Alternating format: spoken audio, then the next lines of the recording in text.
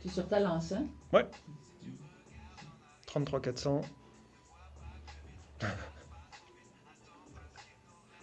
Je veux dire, je l'ai pas dit.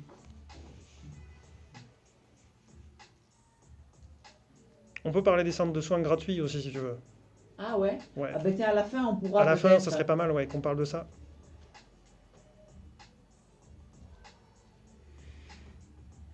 Parce que j'ai des collègues super qui font vraiment des trucs. Ah ouais. Ah mais oui, j'avais vu qu'il y avait une association quand j'avais cherché EMDR. Ouais.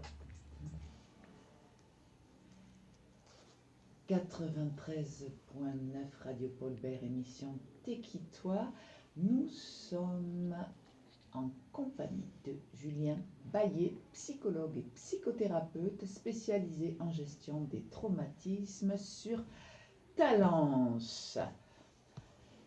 EMDR, psychothérapie sensorimotrice. On va rentrer dans le détail maintenant, dans le processus de soins que vous proposez Ouais. à vos patients. Julien, alors l'EMDR, vous nous l'avez défini, permet de soigner l'état de stress post-traumatique, la dépression, l'anxiété, les addictions. Ça semble fabuleux. Est-ce que vous pouvez nous expliquer comment ça se passe? Imaginons, moi je viens vous voir, Ouais. je présente un état de stress post-traumatique, enfin je crois comprendre ça, en tout cas je me sens pas bien. Ouais. On fait quoi? D'abord, on va commencer par voir pour vous stabiliser. Ah.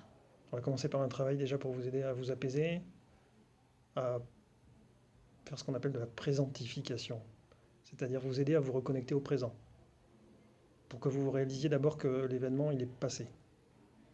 Ça c'est très important. Comme je vous l'ai dit tout à l'heure, le problème du trauma c'est que c'est un anachronisme, c'est du passé, mais on a l'impression que ça reste présent. Ça nous envahit tous les jours dans notre vie et on a l'impression que ça ne passe pas. Et ça peut durer des décennies. J'ai une patiente qui a 84 ans, ça fait 60 ans qu'elle a son trauma. Wow. Donc ça fait bizarre quand elle le lâche, quand il disparaît. Et donc on commence du coup par vous aider à être bien dans le présent, le plus possible. Donc pour ça on a une phase de stabilisation. Et à partir de là, une fois que vous êtes suffisamment revenu, on va commencer par voir quel est le souvenir, ou quels sont les souvenirs qui peuvent être à l'origine de cet état que vous décrivez. Donc peut-être des fois il est très, très bien identifié, vous savez qu'il y a 3 ans par exemple vous avez eu un accident de voiture et que depuis vous ne pouvez plus prendre la voiture, vous ne pouvez plus regarder une série avec des accidents, etc. Vous ne pouvez pas passer à côté d'un hôpital, etc., etc. Et donc là, a priori, on va commencer par peut-être traiter ce souvenir-là. Alors comment ça se passe? Comment on le traite, ce souvenir? Alors comment on le traite? Eh bien on va vous demander d'y repenser. Mhm. On va discuter un petit peu. Donc pendant cette phase-là, on est sur le début du protocole. Là, moi, je vais vous poser quelques questions en fait pour vous aider à vous connecter à ce souvenir, tout en gardant bien à l'esprit que là, vous êtes dans le présent et que donc vous ne risquez rien. Mm. Mais bon, ça va quand même secouer un peu, parce que c'est un trauma. Et donc, on va vous demander de penser à l'image la plus difficile pour vous quand vous repensez à ce souvenir. On va essayer de voir ensemble aussi quelle est la croyance négative qui est associée à ce souvenir. Par exemple, je suis en danger. Ouais. Vous êtes dans mon cabinet là, mais pourtant, quand vous pensez à cet événement, vous avez quand même l'impression d'être en danger. Alors qu'a priori, il n'y a pas de danger, il n'y a que moi C'est dans le ça. cabinet. Ensuite, on va évaluer quelle est l'émotion qui va être là. On va vous demander quelle est l'émotion que vous ressentez quand vous pensez à tout ça. Donc, ça peut être de la peur, ça peut être de la colère, ça peut être de la tristesse, ça peut être plein de choses. On va évaluer tout ça, à combien vous vous sentez perturbé entre 0 et 10, pour vous aider à évaluer vraiment à combien je suis là, à combien ça me perturbe tout ça. Et enfin, on va essayer de localiser dans votre corps. Où est-ce que ça se manifeste en vous, là, cette perturbation. Donc peut-être dans les mains, peut-être dans la tête, peut-être dans le cœur, le ventre, peut-être dans plein d'endroits très différents. Et donc une fois qu'on a fait tout ça, donc on a fini la phase d'évaluation, et vous êtes bien connecté à toute l'expérience traumatique, à tout ce qui n'a pas été digéré. Et là, on va commencer les stimulations. Donc là, on va pouvoir faire des mouvements des yeux, de droite à gauche. Donc là, pour vous, le travail en tant que patiente, ça va être d'être concentré à la fois sur ce que vous ressentez, de tout ce qu'on a connecté au début, et en même temps de suivre mes doigts. Ou de suivre une lumière qui va de droite à gauche, ou de suivre un crayon que je bouge de droite à gauche, etc. Ou on va pouvoir même changer de stimulation. On va pouvoir faire des tapotements sur les genoux. On va pouvoir même utiliser des sons qui vont aller de droite à gauche, d'une oreille à l'autre. toujours de droite à toujours gauche. d'un côté à l'autre. C'est ce qu'on appelle des stimulations bilatérales alternées. Donc elles changent de droite à gauche, elles changent de droite à gauche en permanence. Alors droite, gauche, est-ce qu'il y a un lien avec le cerveau qu'on dit rationnel, émotionnel? Est-ce qu'il y a quelque chose comme ça? On pourrait le penser, effectivement. On ne peut pas l'affirmer parce qu'il y a énormément d'hypothèses en fait, pour expliquer comment ça fonctionne. Ce qu'on sait très bien, c'est que ça fonctionne. Vous avez plus de 600 recherches actuellement qui ont validé l'efficacité de l'EMDR. C'est une des thérapies qui est les plus évaluées au monde et qui est de plus en plus reconnue pour son efficacité et dans de plus en plus de domaines. Mais on ne sait pas encore bien comment ça marche. Là, on a un problème en fait, de compréhension du cerveau. En fait. C'est la technologie qui est encore trop limitée, même si elle avance énormément. Avec de l'imagerie, maintenant, on commence à voir quelles sont les régions qui s'allument, quelles sont les régions qui ne s'allument pas quand on fait ces procédés-là. On peut évaluer les ondes aussi avec de l'EEG, avec de l'électroencéphalogramme. Donc les chercheurs sont à fond dessus parce qu'ils savent très bien que ça marche tellement bien qu'ils veulent vraiment savoir comment ça marche. Mais pour être franc, on ne sait pas encore. En même temps, j'imagine, si je suis vraiment traumatisée par un événement, le fait que j'aille mieux, Ça suffit. Ça peut me suffire. Ça suffit j'imagine, largement, hein. mais oui, enfin, voilà, à la limite, on s'en fiche. Pourquoi ça marche, on ne sait pas. Mais c'est pas grave, parce que ça marche quand même. On n'a pas besoin de savoir pourquoi ça marche pour que ça marche. C'est Donc ça. profitons-en. Profitons-en. Au bout de combien de temps je peux sentir que, ma foi, je commence à aller mieux? Alors ça peut aller très très vite. Mon record, moi, avec une patiente, c'est une séance. En une séance, la totalité du souvenir a été digérée. Ah oui. Mais c'est la seule patiente. Ouais. Pour toutes les autres, c'est plus ou moins long, et ça dépend aussi de la complexité des traumatismes. Là, on a parlé, on différencie, on a tendance à différencier ce qu'on appelle les traumas simples, entre guillemets, c'est-à-dire un événement unique, isolé dans votre vie, mais qui était vraiment trop dur, et les événements complexes ou répétés. Et là, il faut être franc, ça ne se passe pas en une seule séance. Ouais. Ni en 5, ni en 10. C'est plus long. Parce que le problème, c'est que les traumatismes se sont tellement répétés qu'ils ont épuisé en fait le système nerveux et que donc il a perdu sa capacité de digestion, dont on parlait tout à l'heure, et qu'il a même été tellement endommagé qu'il a même été obligé même de se morceler, c'est-à-dire qu'il a même été obligé de créer des différentes parts dans le système nerveux. Et c'est là qu'on aura besoin de la psychothérapie sensorimotrice, parce que le MDR ne sait pas recoller ces morceaux. Ah, ben super, on enchaînera du coup tout à l'heure avec cette deuxième méthode. Ouais. Une question me vient. Imaginons, je viens vous voir, moi je me sens dépressive, quoi. Je vais pas bien, mais je sais pas trop pourquoi. En fait, je me dis, mais il n'y a rien de catastrophique, mais en même temps, je vais pas bien. Ouais. Ah, comment on fait? Est-ce que le MDR peut m'aider? Complètement. Il y a énormément d'études en fait, qui ont montré que dans les dépressions, dans les états dépressifs, il y avait énormément de traumatismes en fait, qui étaient à l'origine. Il y a une équipe allemande qui est spécialisée là-dedans, des chercheurs allemands. Je n'ai plus le nom du chercheur, il me revient pas. Armé Hoffmann, voilà, qui lui s'est spécialisé vraiment dans le traitement du trauma et de la dépression. Et il retrouve exactement les mêmes choses que ce qu'on a trouvé tout à l'heure. On va chercher les souvenirs. Quand est-ce que ça a commencé cette dépression? Parce que vous ne naissez pas dépressif. Alors il y a quelques rares exceptions de gens, j'imagine, qui eux vont vraiment avoir une fragilité génétique qui fait que c'est pas traumatique, c'est pas d'origine traumatique. Mais pour la majorité des gens, la dépression c'est bien plus un problème de trauma trop lourd à digérer, d'émotions non digérées, etc., etc. Qui font que quand on aide leur système nerveux à se remettre à digérer des vieux événements, eh bien, il n'y a plus de dépression. Elle s'en va. Alors, comment on pourrait définir la dépression? Quelle est la différence avec peut-être le trauma ou l'anxiété? Alors, dans la dépression, en fait, ce qui est très particulier, c'est que donc on a donc ce qu'on appelle une humeur dépressive, c'est-à-dire qu'on a un état où on se sent triste, désespéré.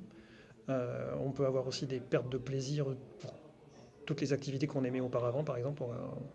Plus rien n'a de sens, plus rien nous fait envie. On peut se mettre aussi à gagner beaucoup de poids ou à en perdre énormément.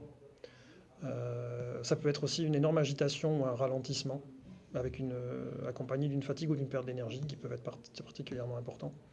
Et il y a surtout un sentiment de dévalorisation et de culpabilité qui sont très présents. Donc ça, c'est des symptômes qu'on retrouve aussi dans le stress post-traumatique, mais vous voyez que par rapport à tout à l'heure, on n'a pas l'envahissement par l'événement, par les images, etc. Donc c'est très proche.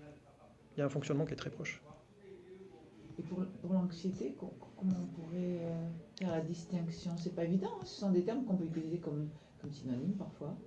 Oui, alors on pourrait les employer comme synonymes, mais le problème c'est que d'un côté dans la dépression, c'est comme si le système nerveux, lui, en fait, il s'hypoactivait, c'est comme s'il y avait un grand coup de frein du système nerveux, en fait, il nous éteint.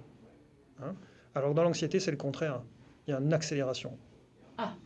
Dans l'anxiété, c'est plus la peur qui va être au centre. On parle d'ailleurs de troubles anxieux, il y en a plusieurs, hein, qui, eux, viennent gérer une hyperactivité. Des patients, ils viennent se sentir très très activés en fait par différents activateurs. Il y a des comportements d'angoisse, on parle d'angoisse, ça peut être intense, ça peut être fréquent, persistant. Ça tourne vraiment, l'anxiété elle tourne vraiment autour de la peur. Hein. Donc on retrouve tout ce qui est phobie, tout ce qui est troubles anxieux généralisés, les troubles paniques, etc., l'anxiété sociale, les phobies sociales, etc. Donc on n'est pas éteint, on n'est pas effondré comme dans la dépression. Là on va plus être dans un comportement de fuite, parce qu'on ne va pas pouvoir supporter, il y a une activation. Au niveau corporel, ça n'a rien à voir. Les gens ne vous décrivent pas du tout la même chose quand ils se sentent anxieux et quand ils se sentent déprimés. Rien à voir. Est-ce que le processus de soin est le même que celui de l'état de stress post-traumatique, c'est-à-dire le mouvement des yeux et Exactement. C'est pareil. C'est pareil. Ah oui. Oui, parce qu'en fait, c'est qu'une histoire de système nerveux. Là, ce qu'on retrouve, ce qu'on vient de décrire, que ce soit dépression, que ce soit stress post-traumatique, que ce soit anxiété, mais on peut même parler de l'addiction. Là, on n'est que dans des manifestations symptomatiques de qu'est-ce qui se produit après l'événement traumatique et donc comment en fait il vient se répercuter. C'est comme une onde de choc en fait. Et c'est comment après nous, notre corps, notre système nerveux vient se retrouver impacté par tout ça et donc on va tous réagir différemment. Donc certaines personnes vont s'effondrer, ils vont partir en dépression, d'autres vont partir en mode anxieux pour ne pas partir en dépression d'ailleurs. Parce que pour eux c'est insupportable de s'effondrer, ils ne peuvent pas supporter de s'effondrer. Et l'addiction, elle, très souvent, elle vient aider en fait à ne pas avoir ces états. Vous allez prendre une substance, consommer une substance pour ne pas être anxieux ou pour ne pas être déprimé. Ce sont comme des stratégies différentes. Exactement. C'est exactement le mot. Ce sont des stratégies. D'accord. Le corps s'est adapté. Le corps s'adapte. Et donc il a mis en place des stratégies pour essayer d'éviter à tout prix l'événement traumatique, le trauma. Alors imaginons, moi je viens vous voir, j'ai une addiction. Ouais. J'ai une addiction, ça va être, la compulsion alimentaire, ça peut être une addiction. Oui, je suis boulimique. Oui, tout à fait. Je viens vous voir et je suis boulimique. Bah écoutez, j'ai un patient qui est monté jusqu'à 209 kg. Non. Si. 209 kg. 209 kg. Ah d'accord. Oui. Alors, comment ça se passe je viens vous voir, là je vous expose mon problème avec la boulimie. Est-ce qu'on va faire la même chose toujours, le mouvement des yeux, le tapping, comment vous appelez ça? Oui, le tapping, tapotement, comme vous préférez. D'accord. Ouais, on va faire exactement la même chose. Il faut qu'on identifie les différents souvenirs qui vont être à l'origine des émotions, qui vont ensuite être gérées par les comportements. Il faut bien se rendre compte que dans le comportement que ce soit boulimie, anorexie, une fois de plus, on essaie d'impacter notre système nerveux d'une certaine manière. Si je mange trop, ça va mettre l'état de mon système nerveux dans un état très particulier. Si je me fais vomir, ça va mettre mon système nerveux dans un état très particulier.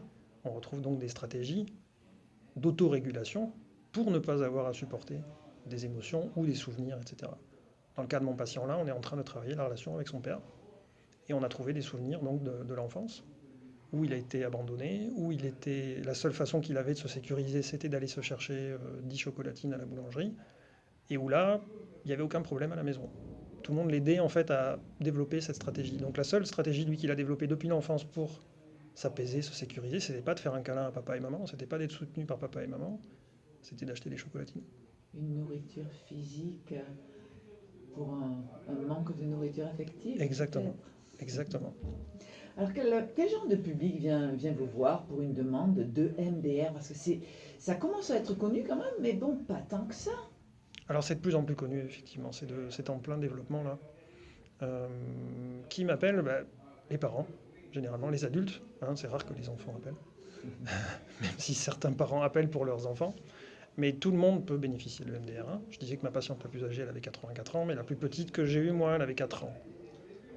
Ah oui. Donc voilà, donc ça peut commencer très tôt. Je connais même des collègues qui commencent avant ça, hein, qui peuvent même traiter 3 ans, 2 ans, etc. C'est un protocole qui est très particulier, puisque là, on va beaucoup travailler en fait sur la connexion parent-enfant.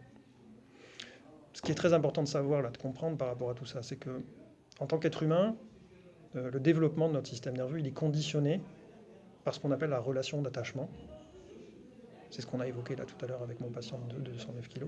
C'est-à-dire comment nos parents vont nous aider à nous sécuriser émotionnellement. Okay, donc ils vont servir de régulateurs. C'est nos parents. Alors pas forcément nos géniteurs. Hein. Ça peut être ça peut être un oncle, une tante, nos frères, nos sœurs, les grands-parents, ça peut être des voisins, ça peut être n'importe qui. Ça peut être des gens, des adultes bienveillants qui sont là et qui vont pouvoir aider à construire cette régulation. Et on est très fragile parce qu'il faut qu'on la construise sur la durée, sur le long terme. Si on n'a pas ça, quand on est petit, on vient fragiliser notre système nerveux. Et donc ça va pouvoir ouvrir la porte du coup après à être plus vulnérable quand on a des situations difficiles dans la vie. Comme si quelque chose en nous était inachevé. C'est la deuxième chanson que vous avez choisie des Casseurs Flotteurs. Exactement. Alors on écoute. Oh, la transition, c'est un métier, hein. Waouh.